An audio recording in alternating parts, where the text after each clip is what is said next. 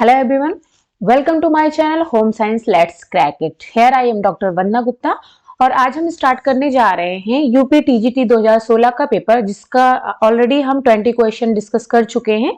उसमें हम 21 नंबर से यहाँ पर डिस्कस करेंगे। चलिए फिर स्टार्ट करते हैं। तो पहला क्वेश्चन है इसको हिंदी में हम डिस्कस करेंगे। 21 क्वेश्चन है डैश आरंभिक बाल्यकाल की देखभाल और विकास के लिए विश्व के व्यापक और उत्कृष्ट कार्यक्रमों में से एक है। मतलब कौन सा ऐसा कार्यक्रम है जो कि आरंभिक बाल्यकाल की देखभाल करता है और उसके विकास के लिए काफी अच्छा है, यानी कि पूरे विश्व में विख्यात है।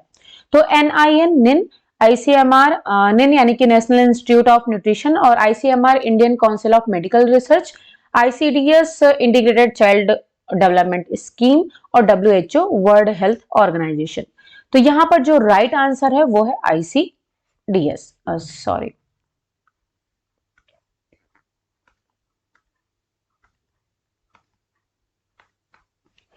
तो यहां पर राइट आंसर है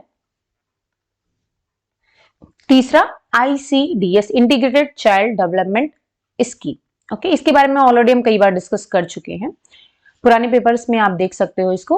फिर 22 नंबर क्वेश्चन है कि शिक्षा का अर्थ ये नहीं कि लोगों को यह बताया जाए जो वे नहीं जानते। शिक्षा का अर्थ है उन्हें उस तरह व्यवहार करना सिखाना जिस तरह वे नहीं करते। ये किसने कहा? KCLD, PRR सिन्हा ने, जॉन डेवी ने या फिर रस्किन ने? तो इसको कहा है जॉन रस्किन ने। फिर नेक्स्ट क्वेश्चन है 23 क्वेश्चन है कि डैश मुक्त परिचय को प्रोत्साहित करने के लिए बनाया गया है। बजट पत्र, मस्तिष्क मंथन, सेमिनार या फिर सम्मेलन। मुक्त परिचय को यानी कि फ्री इंट्रोडक्शन को मोटिवेट करने के लिए जो बनाया गया है वो क्या है? मस्तिष्क मंथन। इसको मैं इंग्लिश में भी दिखा देती हूं।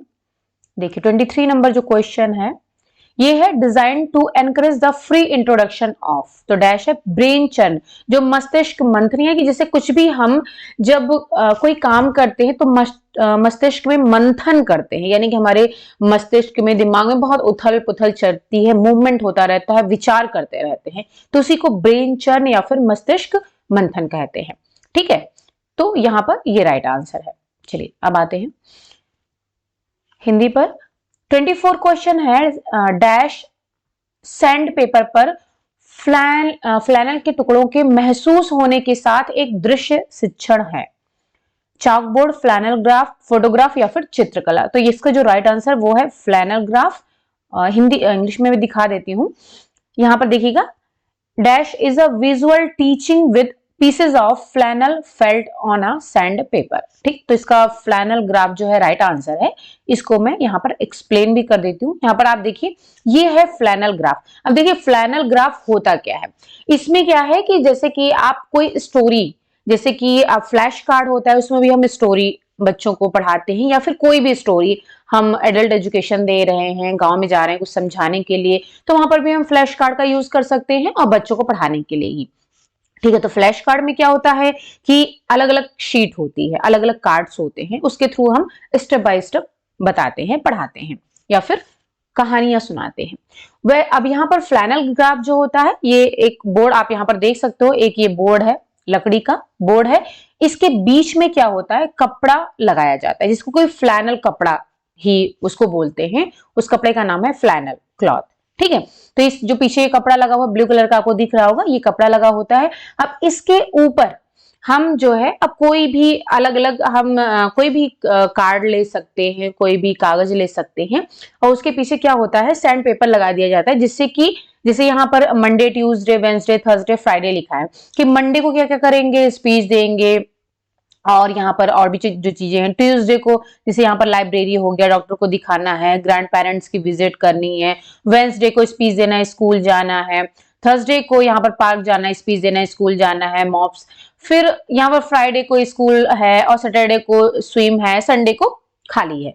ठीक है, तो इस तरीके से क्या है कि अलग अलग दिन इन्होंने बनाया हुआ है कि मंडे को क्या करेंगे, ट्यूसडे को क्या करेंगे, वेंसडे को क्या करेंगे, तो स्टेप बाय स्टेप इन्होंने क्या है। तो इसमें क्या होता है, जो यहाँ पर सैंड पेपर की बात की जा रही है वो ये है कि यहाँ पर जैसे कि अब यहाँ पर स्पीच है, इन्होंने अलग से इसको चिपकाया हुआ है। तो ये जो स्पीच अलग से कटिंग की हुई है, इसके पीछे सैंड पेपर लगा दिया जाता है, जिससे कि वो आसानी से उस कपड़े पर, जो फ्लैनल कपड़ा उस पर चिपका दिया जाए, और जब उसकी जरूरत हो तो उसको वहां से निकाल भी दिया जाए। ठीक है, तो इस तरीके से होता है। इसमें भी स्टोरी सुनाई जाती है, जैसे यहाँ पर जो सेकंड वाला है, यहाँ पर आप देख सकते हो ये टूथपेस्ट की है। तो यहाँ पर बिग टीथ और हेल्दी टीथ, मतलब हेल्दी टीथ और नॉन हेल्दी टीथ दोनों की कहानियां सुनाई जा रही हैं कि जो हेल्दी टीथ है वो इस तरीके का रहेगा। अगर आप यहाँ पर गाजर खाओगे, ये फल खाओगे, ठीक है, अंडे खाओगे, तो यहाँ पर आपका जो है टीथ हेल्दी होगा। यहाँ पर फ्लॉस का यूज करोगे, टूथपेस्ट का यूज करोगे, रेगुलर माउथ वॉश का यूज करोगे। लेकिन अगर आप कैंडी खा रहे हो, चॉकलेट खा रहे हो, टॉफियां खा रहे हो, आइसक्रीम खा रहे हो रेगुलर बेसिस पर, तो इससे हमारे यहाँ पर जो ब्लैक कलर बना हुआ है, इसका मतलब है कि दांत खराब हो जाएगा। तो जैसे बच्चों को हमें स्टोरी सुनानी है, तो इस तरीके से पिक्चर के माध्यम से। अब यहाँ पर आप कपड़ा देख रहे हो, थोड़ा सा अलग सा लग रहा है, तो ये क्या होता है, फ्लैनल कपड़ा होता है, और इसी के ऊपर इसको चिपका दिया गया और फिर इसको निकाल दिया जाता है, और इसी के पीछे सैंड पेपर लगा दिया जाता है, जिससे कि आसानी से इसको चिपकाया जा सके और निकाला जा सके। तो जैसे जैसे स्टोरी हम सुनाते जाएंगे, वैसे ही उसको चिपकाएंगे, फिर निकाल लेंगे।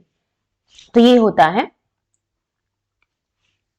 यही जो है फ्लैनल ग्राफ कहलाता है। ठीक है, चॉकबोर्ड आप जानते हो, फोटोग्राफ आप जानते हो, चित्रकला आप जानते ही हो। यहाँ पर मैंने फ्लैश कार्ड और जो फ्लैनल ग्राफ है, इन दोनों में डिफरेंस बता दिया है। फिर है 25 नंबर क्वेश्चन, वे समूह जिनमें सदस्यता निर्वहन की भूमिका होती है या कार्यालय वाहक को चुनने के लिए कुछ प्रक्रियाएं होती हैं, डैश समूहों के नाम से जाना जाता है। तो ये समूह की पूछा, यानी कि अनौपचारिक है, औपचारिक है, स्थानीय या फिर संरचनात्मक है। तो कार्यालय की बात यहाँ पर की जा रही है। ठीक है, तो ये औपचारिक होगा, यानी कि फॉर्मल होगा। इंग्लिश में भी आप देख सकते हो, the groups in which the membership role resides or there is some procedure, यहां पर प्रोसीजर है। ठीक है, for selecting the office bearer are known as formal groups. फिर है 26 नंबर क्वेश्चन, यदि आपका शरीर डैश है तो बड़ी आकृति वाले डिजाइन से बचना चाहिए, यानी कि आपका शरीर कैसा है, कमजोर है, पतला है, दुबला है या फिर भारी है। तो आपका शरीर अगर भारी है तो फिर बड़ी आकृति वाले डिजाइन से बचना चाहिए, यानी कि नहीं पहनना चाहिए। अदरवाइज क्या होगा, अगर कोई मोटा है, चाहे वो महिला हो चाहे वो पुरुष हो, तो अगर वो बड़ा मतलब भारी है, उसका हेल्दी शरीर है, तो क्या होगा कि अगर बड़ी आकृति वाले डिजाइन के कपड़े वो पहनेगा तो वो और ज्यादा मोटा दिखाई पड़ेगा। तो इस वजह से उसको छोटी छोटी आकृति वाले और लॉन्गिट्यूडनल लाइन वाले कपड़े पहनने चाहिए। और जो मतलब हेल्दी लोग हैं, मोटे लोग हैं कह सकते हैं, तो उनको जो है बड़े डिजाइन वाले नहीं पहनने चाहिए, और जो है हॉरिजॉन्टल लाइन वाले कपड़े नहीं पहनने चाहिए, और अधिक मोटे दिखाई पड़ेंगे। फिर 27 नंबर क्वेश्चन है, प्रतिजैविक मींस एंटीबायोटिक को डैश भी कहते हैं, विषैला, वसा, इम्यूनोग्लोबुलिन्स या फिर कार्बोहाइड्रेट। तो प्रतिजैविक या फिर एंटीबायोटिक को कहते हैं इम्यूनोग्लोबुलिन्स। इम्यूनोग्लोबुलिन्स जो है ब्रेस्ट मिल्क के जो कोलेस्ट्रम होता है, माँ का पहला दूध होता है, उसमें भी पाया जाता है, और ये बहुत ही ज्यादा न्यूट्रिशियस होता है और बच्चे की प्रतिरक्षा तंत्र को मजबूत करने का काम करता है इम्यूनोग्लोबुलिन्स, क्योंकि ये एंटीबायोटिक है। और एंटीबायोटिक क्या करते हैं, ये जो है जो एंटीजेंस होते हैं उनको खत्म करने में मदद करते हैं। फिर आता है 28 नंबर क्वेश्चन, भ्रूण में पहले नितंब, उसके बाद टांगे और बाहें और अंत में सिर के आने की स्थिति निम्न में से कौन सी है, पैर की ओर की जन्म या फिर उपकरण द्वारा जन्म, प्राकृतिक जन्म, तत्काल जन्म। तो ये पहले भी क्वेश्चन आ चुका है, यही जो टीजीटी या पीजीटी का मैंने पेपर सॉल्व करवाया है उनमें सेम क्वेश्चन आया हुआ है। तो इसको बोलते हैं ब्रीच बर्थ। जिसे नॉर्मली क्या होता है, जो डिलीवरी होती है, बच्चे का जन्म होता है, तो उसमें पहले सिर आता है, उसके बाद में उसकी बाहें, और बाद में सबसे लास्ट में उसकी टांगे और नितंब आता है। ठीक है, लेकिन यहाँ पर पहले नितंब और उसके बाद टांगे और बाहें और लास्ट में सिर आ रहा है, तो इसका मतलब है ये उल्टा जन्म हुआ, जिसे कि पैर की ओर से जन्म या फिर ब्रीच बर्थ बोलते हैं। इंग्लिश में इसको कहते हैं ब्रीच बर्थ। ठीक है, प्राकृतिक जन्म तो नॉर्मल है, तत्काल, उपकरण द्वारा जिसमें इंस्ट्रूमेंट का यूज किया जाता है। फिर है विरामावस्था में शरीर द्वारा वांछित ऊर्जा की मात्रा को क्या कहा जाता है, यानी कि जब आप रेस्ट में हो उस टाइम पर जो आपके शरीर के द्वारा ऊर्जा का यूज किया जा रहा है, ऊर्जा की मात्रा खर्च हो रही है विश्राम के समय, तो उसे क्या कहते हैं, आधारीय उपापचय, कैलोरी, जूल या फिर कैलोरीमेट्री। तो इसको कहते हैं आधारीय चयापचय या फिर BMR। इंग्लिश में बेसल मेटाबॉलिक रेट कहते हैं या फिर बेसल मेटाबॉलिज्म, हिंदी में आधारीय चयापचय कहते हैं। तो बीएमआर जो हम मापते हैं यहाँ पर आपको दिखा देते हैं एक्सप्लेनेशन में। देखिए ये होता है BMR, basal metabolic, sorry BMR नहीं, ये बॉडी मास इंडेक्स है, लेकिन मैं यहां पर आपको दिखा देती हूं। बीएमआर क्या होता है, दोनों में डिफरेंस होता है। बीएमआर का मतलब हो गया जो आप रेस्ट के समय जितनी ऊर्जा का यूज कर रहे हो वो आपका बीएमआर कहलाता है, ठीक है। और बीएमआई यानी कि बॉडी मास इंडेक्स जो होता है ये बताता है कि आप अंडरवेट हो या फिर ओवरवेट हो। तो देखिए बीएमआई जो बॉडी मास इंडेक्स है इसका जो फॉर्मूला है वो ये है केजी पर मीटर स्क्वायर। ओके, अब यहां पर अंडरवेट यानी कि ये नॉर्मल होता है 18.5 अगर आपका, अब आप बीएमआई अपना निकाल सकते हो खुद का बीएमआई, अगर आपको आपका वजन और आपकी जो है क्या बोलते हैं weight in KG and height, यहां पर जो ये केजी है ये वेट का यूनिट है और मीटर जो है ये हाइट का है। तो अगर आपको अपना आपकी लंबाई और जो है वजन दोनों पता है तो आप अपना बीएमआई खुद निकाल सकते हो। ऊपर हम रखेंगे अपना वेट और नीचे जो है जितनी हमारी हाइट है उसको मीटर में कन्वर्ट करके और यहाँ पर उसका स्क्वायर कर देंगे, फिर वेट को यहाँ पर लंबाई से डिवाइड कर देंगे तो आपका बीएमआई आ जाएगा। अगर 18.5 आपका बीएमआई है तो फिर आपका वेट जो है आपका बीएमआई बॉडी मास इंडेक्स यानी कि आप नॉर्मल हो। ये WHO का वर्ल्ड हेल्थ ऑर्गेनाइजेशन का क्लासिफिकेशन है, ठीक है। अगर 18.5 आपका बीएमआई है तो आप हेल्दी हो, ना ही आप अंडरवेट हो और ना ही आप ओवरवेट हो। लेकिन 18.5 से अगर आपका कम है तो आप अंडरवेट हो। ओके, अगर 18.5 से 24.9 के बीच में है तो आप नॉर्मल रेंज हो, यानी कि 18.5 है या फिर 24.9, इन दोनों के बीच में अगर आपका जो है बॉडी मास इंडेक्स है तो आप जो है नॉर्मल कैटेगरी में आते हो, ठीक है।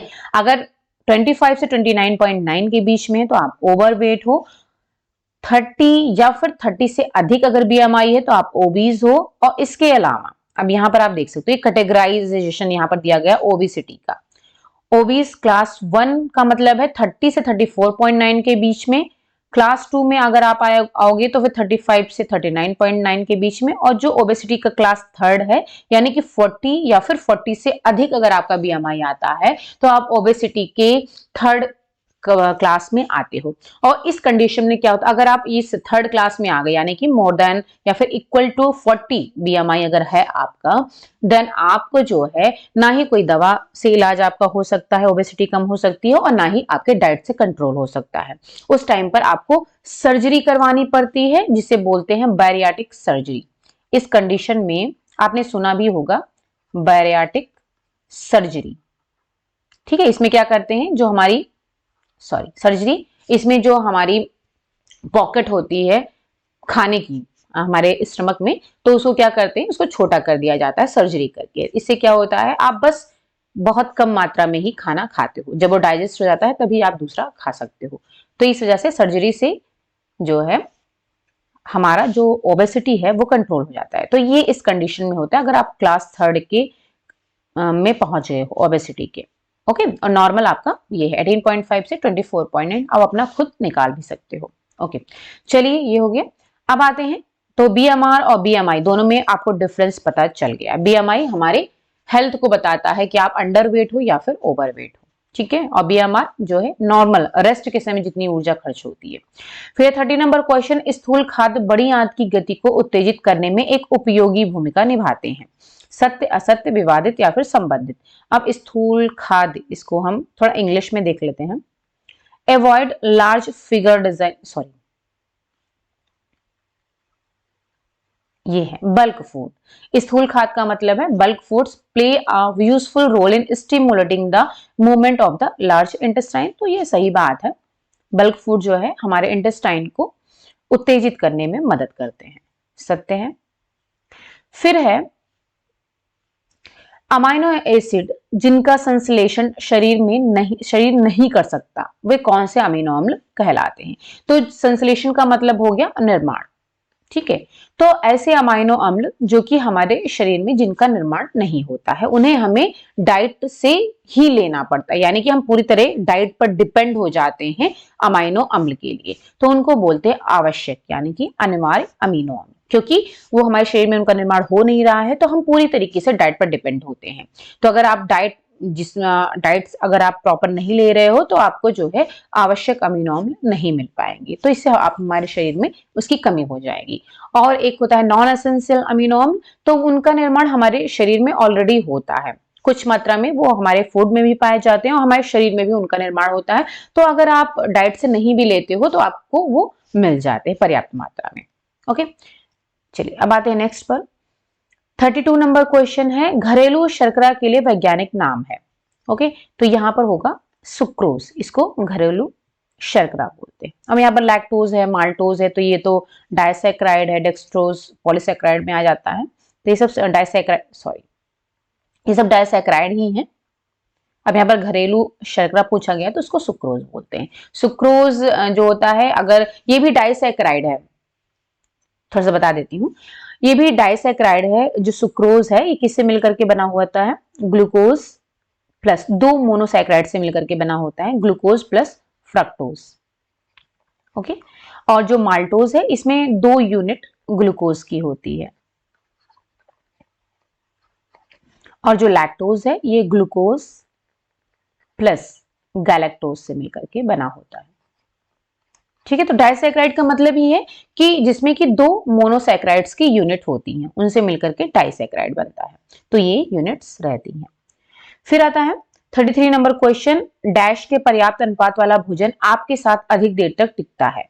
तो कौन सा, वसा, प्रोटीन, जल या फिर कार्बोहाइड्रेट। तो वसा जो है हमारे शरीर में अधिक समय तक टिकता है और उसके बाद में प्रोटीन टिकता है।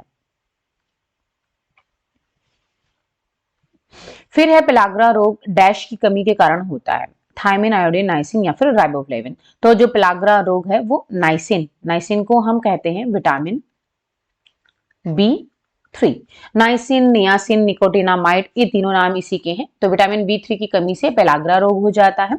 ओके, अब थायमिन है तो ये क्या है, ये B1 है, विटामिन B1। आयोडीन आप जानते हो, राइबोफ्लेविन ये विटामिन B2 है। ठीक है, तो जो थायमिन है, थायमिन की कमी से बेरी बेरी रोग हो जाता है।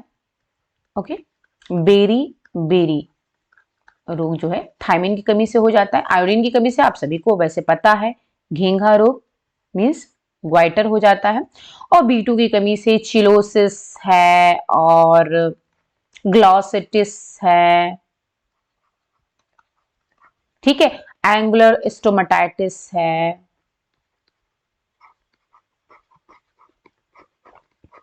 एंगुलर स्टोमेटाइटिस यानी कि जो ये हमारे होंठ हैं, इसके दोनों जो कोने हैं वो कट जाते हैं। और जो ग्लॉसिटिस है यानी कि जो हमारी जीभ होती है वो रेडिश हो जाती है और उसमें इरिटेशन होने लगता है, फ्लेमेशन भी होता है। ठीक है, तो ये सब जो है राइबोफ्लेविन की कमी की वजह से होते हैं। फिर आता है 35 नंबर क्वेश्चन, हीमोग्लोबिन बनने के लिए डैश की आवश्यकता है, किसकी, कैल्शियम, प्रोटीन, वसा या फिर आयरन। तो हीमोग्लोबिन बनने के लिए ये भी क्वेश्चन ऑलरेडी आ चुका है, हम डिस्कस भी कर चुके हैं। तो इसमें आयरन और प्लस फॉलिक एसिड भी होता है।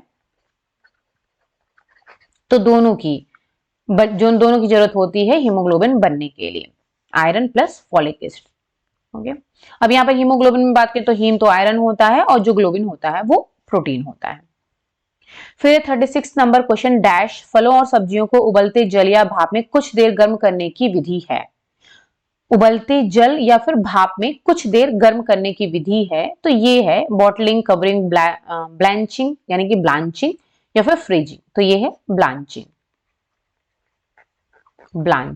तो इसमें ब्लांचिंग में क्या करते हैं, तो आपको घर में हम होली में क्या बनाते हैं, पापड़, चिप्स बनाते हैं। तो सबसे बेस्ट एग्जांपल इसका है जो हम चिप्स बनाते हैं। चिप्स में हम क्या करते हैं, पहले इसको कस करके उसको उबलते हुए पानी में डाल देते हैं और उबलते हुए पानी से निकालने के बाद में उसको फिर ठंडा करते हैं, ठंडे पानी में डालते हैं। तो इसको बोलते हैं ब्लांचिंग। पहले उबलते हुए पानी में डालना, उसके बाद उसमें से निकाल करके उसको ठंडे पानी में डालना। इससे क्या होता है, उसके बाद में चिप्स को सुखाया जाता है। तो इससे क्या होता है, जो चिप्स यानी जो आलू होता है उसका कलर बना हुआ रहता है, वो खराब नहीं होता है।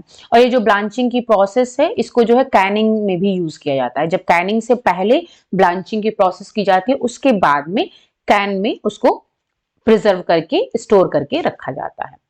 ओके, तो ये तो आपके जो फूड कुकिंग मेथड्स हैं उसी के अंदर आता है। फूड कुकिंग मेथड्स के अंदर में इसको हम ऑलरेडी अलग से हमने फूड कुकिंग मेथड्स को अलग से डिस्कस किया हुआ है, जिसमें कि अलग अलग जो है जल के द्वारा पकाना, भाप के द्वारा पकाना, और जो है तेल के द्वारा पकाना, ठीक है, वायु के द्वारा पकाना, माइक्रोवेव कुकिंग होती है। ये कई सारे अलग अलग कुकिंग्स हैं जिसको हम ऑलरेडी डिस्कस कर चुके हैं। तो अगर आपको इसको डिटेल में कुकिंग मेथड्स को पढ़ना है तो हम जो वीडियो डिस्कस किए हुए हैं ऑलरेडी, तो वहां से आप इसको पढ़ सकते हो। इसका मैं लिंक भी यहाँ पर शेयर कर दूंगी, तो वहां से आप इसको डिटेल में पढ़ सकते हो कौन कौन से मेथड्स होते हैं। 37 नंबर क्वेश्चन है, भारतीय बहुउद्देशीय भोजन को डैश द्वारा तैयार और विपणन किया जाता है, किसके द्वारा? भारतीय बहुउद्देशीय भोजन है कि जो मल्टीपर्पज फूड है उनको तैयार किया जाता है और विपणन भी किया जाता है, यानी कि मार्केटिंग भी की जाती है, किसके द्वारा? CFTRI, निन, WHO या फिर यूनिसेफ। तो ये CFTRI के द्वारा बनाया जाता है। और जो बच्चों को 6 मंथ से कॉम्प्लीमेंट्री फूड दिया जाता है, तो उसको भी जो CFTRI के द्वारा बनाया जाता है, तो उसको भी बच्चों को दिया जा सकता है। मल्टीपर्पज फूड ये यहाँ पर तैयार होता है और इन पर यहाँ पर रिसर्च भी होती है और इनको तैयार भी किया जाता है। CFTRI जो है ये है central food technological research institute, इसका पूरा नाम है। और निन तो national institute of nutrition, WHO है। अब जो CFTRI की ईयर है ये 1950 है, और WHO का तो 1946 है, और यूनिसेफ का है सॉरी हाँ 1946 है और ये 1948 है। ओके, WHO 1948 है और यूनिसेफ का 1946 है ईयर। और इसको जो है United Nations international children emergency fund इसका फुल फॉर्म है, लेकिन ये पहले था, अभी क्या है इसको चेंज कर दिया गया है, यूनाइटेड नेशंस चिल्ड्रन फंड इसको कर दिया गया। WHO आप जानते ही हो, निन भी नेशनल इंस्टीट्यूट ऑफ न्यूट्रिशन है और central food technological research institute है। और निन का अगर हम बात करें तो इसकी जो है कई सारे हैं, थोड़ा सा इसको देख लेते हैं। नेशनल इंस्टीट्यूट ऑफ न्यूट्रिशन, इसको मतलब खोज इसकी की थी, नेशनल इंस्टीट्यूट ऑफ न्यूट्रिशन की, इसकी खोज की थी सर रॉबर्ट मैककैरिसन, इन्होंने इसकी खोज की थी। अब जो नेशनल इंस्टीट्यूट ऑफ न्यूट्रिशन है, इसकी मतलब सबसे पहले जो इसकी खोज हुई थी ये 1918 में हुई थी, इन्हीं सर रॉबर्ट मैककैरिसन के द्वारा 1918 में इसको खोजा गया था। उस टाइम पर इसका नाम था बेरी बेरी यूनिट। 1918 में इसका जो नाम था वो था बेरी बेरी यूनिट। ओके, तो जब 1918 में इसकी खोज हुई थी उस टाइम पर बेरी बेरी यूनिट इसका नाम था। उसके बाद में इसका नाम कई बार फिर चेंज हुआ है, लेकिन फाइनली जो नेशनल इंस्टीट्यूट ऑफ न्यूट्रिशन इसका नाम पड़ा है। ये जो है, अच्छा ये पहले जहां ये खोज हुई थी 1918 में मैककैरिसन ने जो नेशनल इंस्टीट्यूट ऑफ न्यूट्रिशन की as a beriberi unit के रूप में इनकी खोज की थी, आविष्कार किया था, तो या फिर कहें इस्टेब्लिश किया था, तो ये किया था इन्होंने तमिलनाडु में।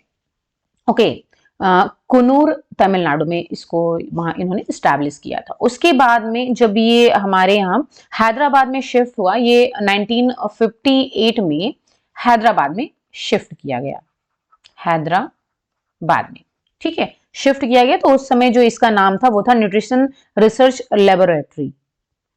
उस टाइम पर इसका नाम था न्यूट्रिशन रिसर्च लेबोरेटरी। ओके, सबसे पहले 1918 में बेरी बेरी यूनिट के नाम से इसको एस्टेब्लिश किया गया। फिर जब ये हैदराबाद में 1958 में इसको शिफ्ट किया गया तो इसका नाम था न्यूट्रिशन रिसर्च लेबोरेटरी, ठीक है। लेकिन फिर उसके बाद में जब इसकी गोल्डन जुबली थी 1969 में, 1969 में इसकी गोल्डन जुबली के अवसर पर जो है इसका नाम चेंज किया गया और इसका नाम रखा गया नेशनल इंस्टीट्यूट ऑफ न्यूट्रिशन, यानी कि नेट। ओके, तो इसका अगर हम ईयर की बात करें तो 1969 में ये नेशनल इंस्टीट्यूट ऑफ न्यूट्रिशन इसका नाम जो है चेंज हुआ, यानी कि ये नाम रखा गया। इसके पहले ये सब नाम थे। चलिए अब आते हैं 38 नंबर क्वेश्चन है, खाद्य अपमिश्रण निवारण अधिनियम वर्ष डैश में पारित किया गया। ओके, इसको इंग्लिश में देख लेते हैं।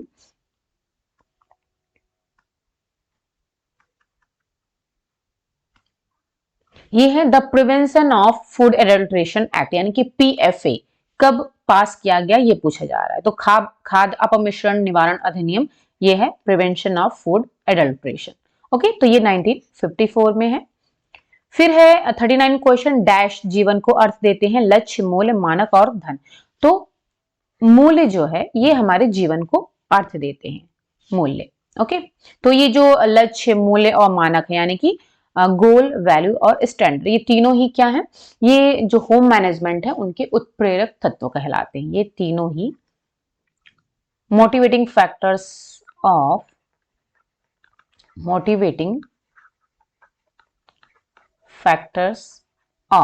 होम मैनेजमेंट, होम मैनेजमेंट के ये मोटिवेटिंग फैक्टर्स कहलाते हैं तीनों ही। फिर है, और फिर यहां पर आता है 40 नंबर क्वेश्चन, दीर्घावधिक लक्ष्य संभाव्यता डैश समझे जाते हैं, स्थायी, अस्थायी, लचीला या फिर उक्त में से कोई। दीर्घावधिक लक्ष्य का मतलब है long term goal, long term goal. तो ये अस्थायी होते हैं, और जो लक्ष्य होते हैं वो तीन प्रकार के होते हैं, एक तो लॉन्ग टर्म होते हैं, दूसरे शॉर्ट टर्म या फिर इंटरमीडिएट जो है गोल, और तीसरे जो होते हैं मीन एंड गोल होते हैं। तो लॉन्ग टर्म और शॉर्ट टर्म या फिर इनको इंटरमीडिएट भी कहते हैं, इंटरमीडिएट गोल, और तीसरा जो होता है वो होता है मीन एंड गोल। ठीक है, तो ये तीन टाइप की गोल होते हैं। अब लॉन्ग टर्म गोल जो होते हैं जैसे कि घर में किसी की शादी करना, मकान बनवाना या फिर गाड़ी खरीदना। तो जो लंबे गोल हैं जिसके लिए हमें छोटे छोटे शॉर्ट टर्म गोल्स को पूरा करना पड़ता है, यानी कि अगर जो है हमारा बहुत बड़ा लक्ष्य है, लॉन्ग टर्म गोल है, ठीक है, दीर्घकाल वाला लक्ष्य है, तो उसके लिए हमें छोटे छोटे जो शॉर्ट टर्म गोल्स हैं उनको फुलफिल करना पड़ता है, प्राप्त करना पड़ता है। ओके, चलिए फिर अब 41 नंबर क्वेश्चन से हम डिस्कस करेंगे नेक्स्ट वीडियो में। तो यहीं पर हम इसको एंड करते हैं और 41 से हम नेक्स्ट वीडियो में डिस्कस करेंगे। और इसका जो ये हम आपको अभी यहाँ तक 40 तक क्वेश्चन का टेलीग्राम चैनल पर इसका PDF में शेयर कर दूंगी, तो वहां से आप इसको लेकर के पढ़ाई कर सकते हो। ओके, तो इसको लाइक जरूर कर दीजिएगा अगर आप देख रहे हैं और इससे आपको पसंद में आ रहा है जो भी हम समझाने की कोशिश कर रहे हैं, तो ज्यादा से ज्यादा लाइक कर दीजिए और शेयर करिए बहुत ज्यादा से ज्यादा, जितने भी होम साइंस कैंडिडेट हैं या फिर आपके जो भी कलीग्स हैं उनके साथ में इसको शेयर जरूर करिए, और नए हैं तो सब्सक्राइब कर लीजिए। ओके, चलिए फिर मिलते हैं नेक्स्ट वीडियो में। Thank you so much and bye bye, take care. और ऐसे ही अपने कमेंट्स करते रहिए, जब भी मुझे मौका मिलता है मैं आपके कमेंट्स को देखती हूँ और उसको रिप्लाई करने की कोशिश करती हूँ। Okay, thank you so much.